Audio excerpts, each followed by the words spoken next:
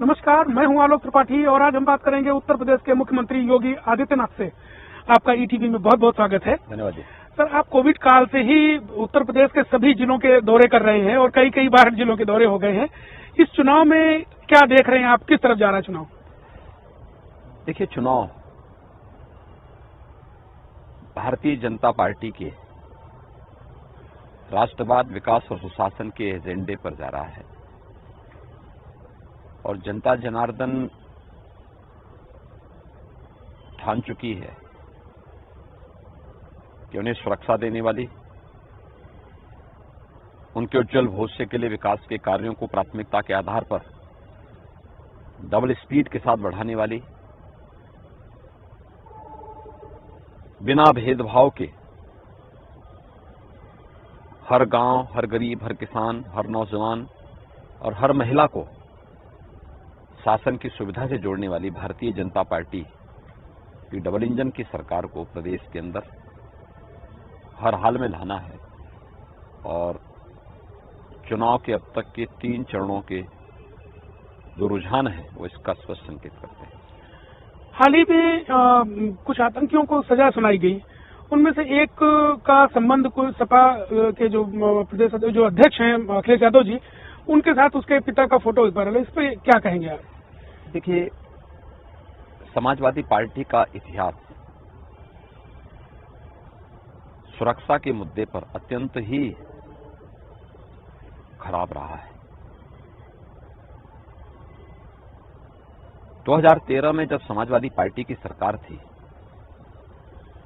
तो उन्होंने उस समय उत्तर प्रदेश के अंदर जितनी भी आतंकी घटनाएं उससे पूर्व हुई थी, अयोध्या में राम जन्मभूमि पर हमले का हो, काशी में संकटमोचन मंदिर के हमले का, लखनऊ, वाराणसी और अयोध्या की कचहरियों पर हमले, गोरखपुर, कानपुर और बिजनौर की सीरियल ब्लास्ट, रामपुर के सीआरपीएफ कैंप पर हमले, जितने भी आतंकी घटनाएं हुई थी, इससे जुड़े हुए सभी आतंकियों के मुकदमों को वापस लेने का कुत्सित प्रयास समाजवादी पार्टी की सरकार ने किया था।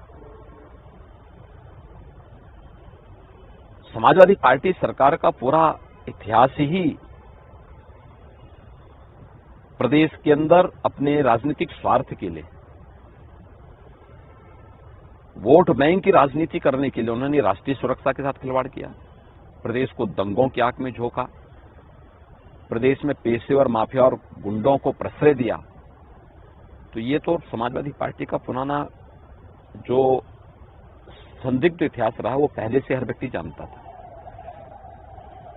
अभी 3 दिन पहले जो गुजरात की एक न्यायालय ने फैसला दिया है गुजरात की सीरियल ब्लास्ट के मामलों में वांछित अभियुक्तों के खिलाफ कार्रवाई करने के लिए की है, जिसमें 38 को फांसी की सजा हुई है, 11 को आजीवन कारावास।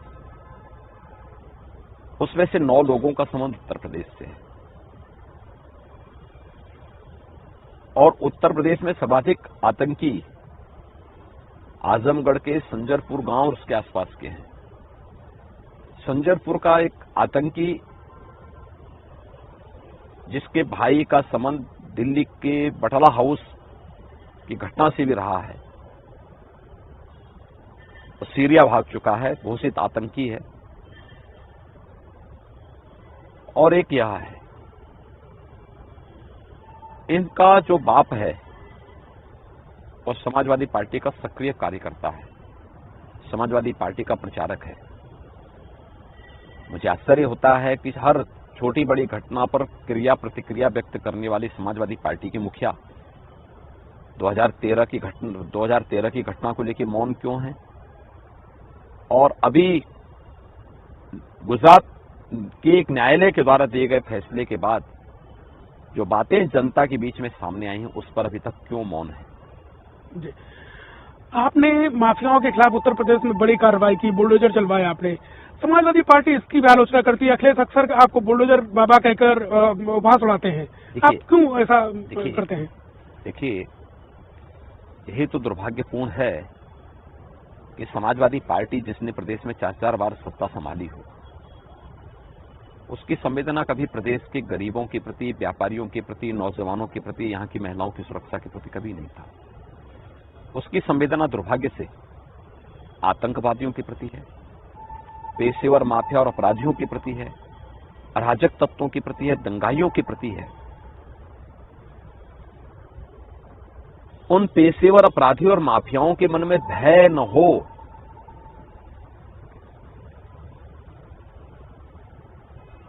समाजवादी पार्टी हमेशा उनको सत्ता का प्रश्रय देती थी।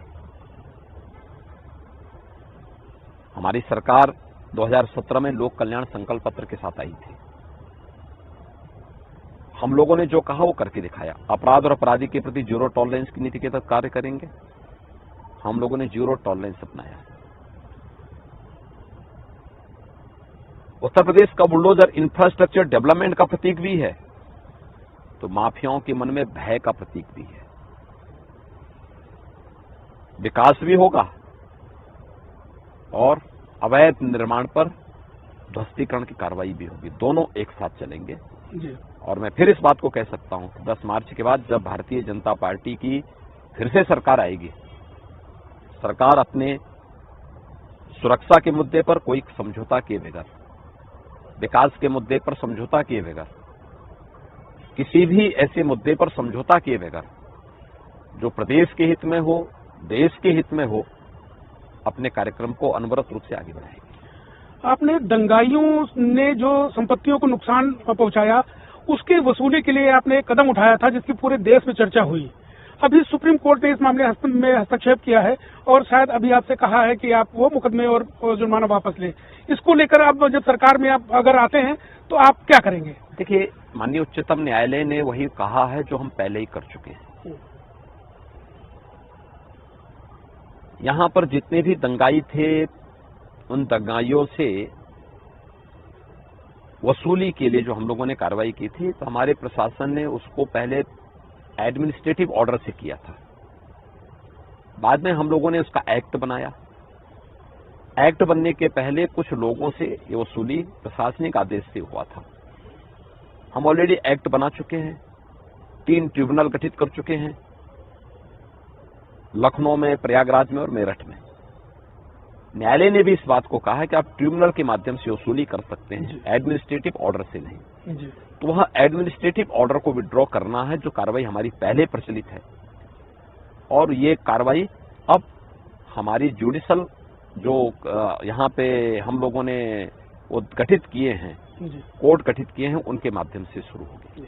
अभी हिजाब को लेकर गुजरात से एक विवाद शुरू हुआ है, इस पर आपका क्या दृष्टिकोण है? देखिए, कर्नाटक से मामला सामने आया है और मेरा ये मानना है कि देश की व्यवस्था संविधान से चलेगी, कि व्यक्तिगत कानून या शरीयत से नहीं।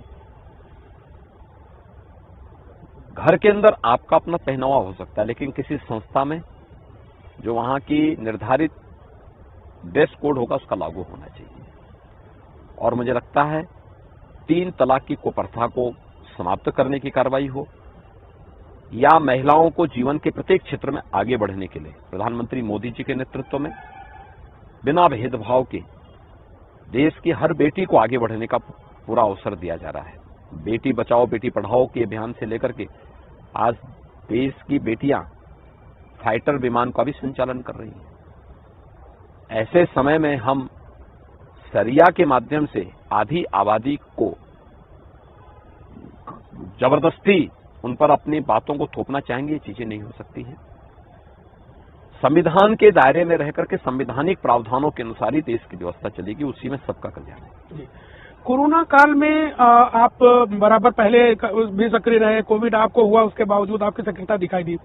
इसके बावजूद जो कोविड-2 थी, जो लहर, उस पर सपा बहुत आरोप लगाती है कि इनकी कुप्रबंधन का और कि सरकार ने काम ठीक से नहीं किया। कोविड के दौरान सपा बसपा या कांग्रेस थी कहां? एक ट्विटर के बाहर नहीं थे, इनका किसी का पता नहीं था। कोरोना की पहली वेव हो, दूसरी वेव हो या तीसरी वेव, ये जितने नेता आज चुनावी मैदान में दिखाई दे रहे हैं ना, सपा के हों, बसपा के हों या कांग्रेस के, ये केवल चुनाव के दौरान दिखाई दे रहे हैं पिछले 3-4 महीनों से। उससे पहले सभी लोग गायब थे, होम आइसोलेशन में थे। कोरोना की फर्स्ट वेव से लेकर के, यानी लॉकडाउन प्रारंभ होने से लेकर के अब तक या तो केंद्र सरकार या राज्य सरकार सक्रिय थी। प्रधानमंत्री मोदी जी के कारण जीवन और जीविका को बचाने का बेहतरीन प्रबंध भी किया गया और बीजेपी से जुड़े हुए जनप्रतिनिधि या संगठन के कार्यकर्ता ही इसमें सक्रिय थे। स्वाभाविक रूप से उत्तर प्रदेश के कोरोना प्रबंधन की सराहना देश ने भी और दुनिया ने भी की है। जनता जनार्दन भी जानती है कि कोविड प्रबंधन यूपी का जितना अच्छा है, जिसमें जीवन को बचाने की गारंटी भी है, उनकी जीविका को भी, जिसमें बीमारी से बचाने के लिए वैक्सीन है, फ्री टेस्ट, फ्री उपचार और वैक्सीन है, तो उन लोगों के भूखमरी से बचाने के लिए फ्री में राशन की सुविधा भी है। डबल इंजन की सरकार है तो महीने में 2 बार राशन भी फ्री में मिल रहा है। आपके पास एक लंबी फेहरिस्त है जो आपने काम किए हैं पिछले 5 साल में। इसके बावजूद चुनाव में जिन्ना और तरह तरह के इश्यूज आ जाते हैं। देखिए, हम तो विकास के मुद्दे को ही आगे बढ़ाना चाहते थे। जब पूरा देश राष्ट्रीय एकता दिवस के रूप में सरदार वल्लभ भाई पटेल की जयंती मना रहा था, उस दिन समाजवादी पार्टी जिन्ना को मेहमानमंडित कर रही थी। जिस दिन हम लोग प्रदेश के यूथ को स्मार्टफोन और कंप्यूटर वितरित कर रहे थे, उस दिन समाजवादी पार्टी पाकिस्तान का गुणगान गा रही थी। तो जिन्ना और पाकिस्तान का मुद्दा भी लोग लेकर आए हैं, हम लोग लेके नहीं आए हैं। हम तो राष्ट्रवाद, विकास और सुशासन के मुद्दे पर ही सबका साथ, सबके विकास की भावना को उसके साथ ही इस चुनावी समर में है और अपनी बातों को दमदार तरीके से लगते हैं। योगी जी, एक आखिरी सवाल आपसे, इस चुनाव में क्या आपका अनुमान है, भारतीय जनता पार्टी कितनी सीटें जीत के आ सकती है? देखिए, लड़ाई 80 बनाम 20 की है। 80% सीटें भारतीय जनता पार्टी जीती है पहले भी, इस बार भी जीतेगी। 20% में बसपा, सपा और कांग्रेस के बीच में बंटवारा। 80-20 का अर्थ समाजवादी पार्टी कुछ दूसरी तरफ ले जाती है, इस पर भी बड़ी चर्चा होती है। उनकी सोच जैसी होगी वैसे अर्थ लेंगे। हमारी सोच स्पष्ट है। जो लोग सुरक्षा के पक्षधर हैं, जो लोग विकास के पक्षधर हैं, जो लोग आस्था के सम्मान का पक्षधर हैं, गरीब कल्याणकारी योजनाओं के पक्षधर हैं कि हर गरीब को मकान मिलना चाहिए, हर गरीब को राशन मिलना चाहिए, हर गरीब को बिजली समान रूप से मिलनी चाहिए, तो सभी लोग भारतीय जनता पार्टी को पोल करेंगे।